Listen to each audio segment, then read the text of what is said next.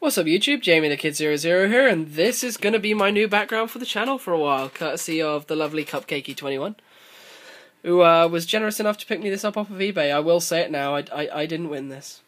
I wish I did, but I still think they look awesome, so that's why I picked one up. Anyway, there were some complaints on the quality of my Herald deck, because, let's face it, I uploaded it from my phone, it wasn't nice, and then I have a new phone and a new camera, so I figured, hey, let's record it again, because I really like the deck. So, without further ado, I'm going to re-record my Herald of Perfection deck and delete the old video. So if you guys would be nice enough to comment the same things you commented, or different things, depending on whether you've changed your mind about the deck, that'd be swell. Otherwise, if you haven't seen this video, welcome to my Herald deck. Let's begin. To start things off, I play triple Herald of Perfection. Okay, it's still a bit pixely. Triple Herald of Perfection, because it is the staple of the deck, it negates so much stuff, it's awesome, and it's still relevant even in this format, so I really like Herald of Perfection. Moving on to the actual non-blue cards. We play 3 Manju of the 10,000 hands. I play no Senjus and no Sonic Birds, because I feel they clog a bit too much, so Manju's good enough. Manju will do. I play 3, I'm running out of battery already, 3 Master Hyperions, because it's Master Hyperion, and he's such a crazy beater, and in this deck, you really do need kind of something to attack while you're defending with this, because you really don't want to play this in attack. So, this is your sword. If this is your shield, then Hyperion is definitely the sword of the deck. Awesome guy. But with him, we of course have to play the Herald Engine, the Agent engine of 3 Venus. Venus is awesome because, of course, it manages to get you the 3 Shine Balls out to make the 6 to make your Herald. It also manages to get you a Gachi early game and a 2000 beater in the form of Venus. It's kind of hard to get over without your opponent wasting some resources. Same with Gachi, so it's a really nice play opening. And then, of course, for those we play the 3 Shine Balls. And we play 1 Jupiter. 1 Earth. The Jupiter is in here because of the way the numbers add up, because of the very fact that if I have a full fairy hand and the Herald on Dawn, I can just go Earth, search Jupiter, and get rid of the 2, and of course return 1 to hand because of Dawn. It just makes up the exact 6 that we need for Dawn, so it kind of speeds up the deck in that respect. It just makes it more convenient instead of having to search the Venus to hand and hope that you have like a Sangan or a Jin in hand. Otherwise, for the one-offs, we play 1 Christia. 1 Herald of Orange Light, 1 Honest, and for the last fairy, but it's not actually a light fairy, we have 1 Sky Scourge Inviseal. I'm going to talk about this for a moment. Its effect reads, this card cannot be special summoned. If you tribute summon this card by tributing one of the following monsters, this card gets the appropriate effect. If you tributed a light fairy type monster, negate the effects of all spell cards. If you tributed a dark fiend type monster, negate the effects of all trap cards. Now this is interesting. It's great because it's a level 6 and it's a fairy, so it's valid for things like pitching for Dawn and pitching for Herald effect. It's also really cool because if you tribute it using a fairy, like say the Venus, if you've gone Gachi, and that Venus is going to be quite hard to kill turn 1, it's then going to sit there and negate all Insector effects, well, Insector Hornets, because it doesn't specifically say negate the activation, only the effects.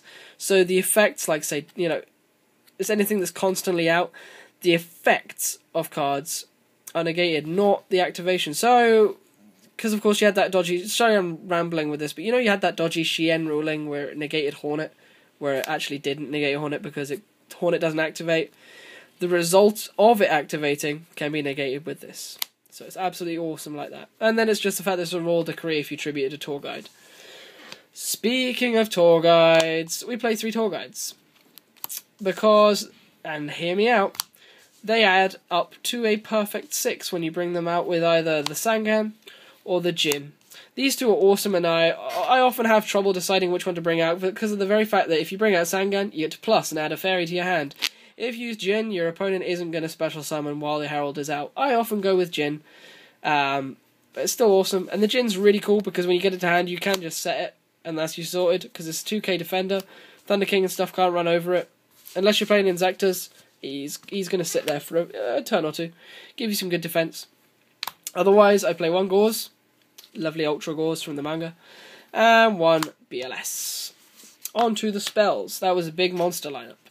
we play 1 Monster Reborn, 1 Dark Hole, 1 Heavy Storm, and 1 Book of Moon for our one-offs. For our 2s and 3s, we play 2 Pots of Duality. I didn't like 3. Not enough room. We play 3 Dawn of the Herald. And 2 Preparation of Rites. I didn't like 3, because once you've gotten all the Heralds out of the deck, the Herald of Perfections, this card becomes dead. And I didn't like that. I don't like dead cards. So 2 Preparation was enough for me. I know some people might think I'm crazy for that, but meh.